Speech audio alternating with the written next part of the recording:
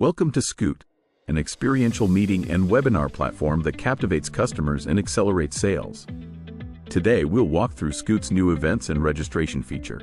This powerful tool simplifies event creation, registration management, and attendee engagement, all within one platform.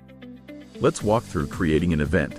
From your Scoot homepage, navigate to the Events tab and click Create New Event. Give your event a clear name, set the date and time, and add an optional description. Customize the look and feel with your logo and brand colors. Then, attach the relevant Scootiverse. This links your event to any existing smart badging questions, streamlining attendee information capture. Now, let's tailor the registration form. Select the key information you need from your attendees by choosing which smart badging questions to include. This ensures you collect the right data up front.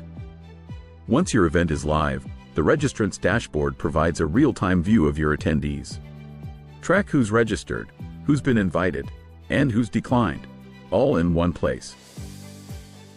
Keep your attendees informed with automated emails. Customize confirmation and reminder emails to match your event's branding.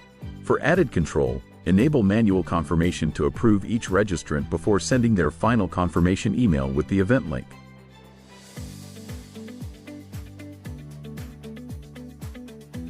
For attendees, the process is simple.